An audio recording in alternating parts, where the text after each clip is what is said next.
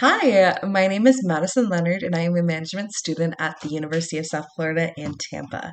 The music video I chose today is Hold My Hand by Lady Gaga, which was released in 2022 and was directed by Joseph Krasinski, who also directed Top Gun Maverick. This video connects to the UN Global 16, which focuses on peace, justice, and strong institutions. It messages highlights of grief, resilience, and empathy, showing the human cost of violence and the importance of reducing its impact. At the same time, it emphasized that strong institutions need to balance accountability with compassion because real justice goes beyond rules and must include shared humanity. The first communication term I want to apply is perception, which is on page 64 of the textbook. In my own words, perception is how we take what's happening around us and give it meaning.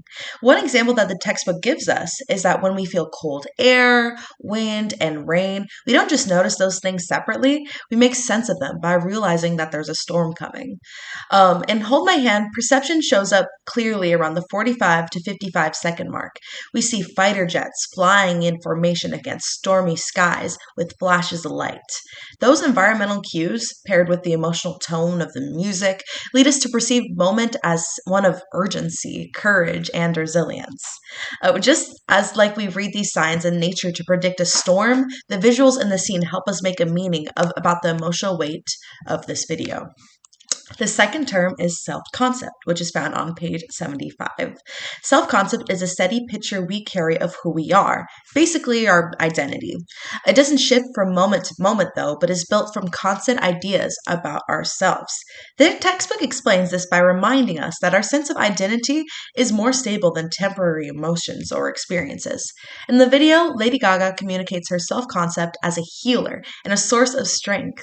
At the 1 minute and 22 seconds to the 1 minute and 30-second mark, she stands with her hands stretched up, or her arms stretched up, while singing "Everything Will Be Okay." That posture and those lyrics express her identity as someone who brings hope and comfort. She's not just singing words, she's embodying her self-concept as an encouraging and empowering figure. The third term is primary effect, which is on page 70.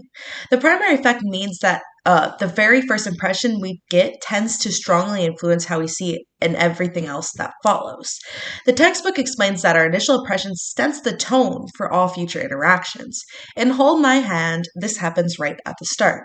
From the 0 to the 15-second mark, this video opens with dark skies and a dramatic, almost haunting atmosphere.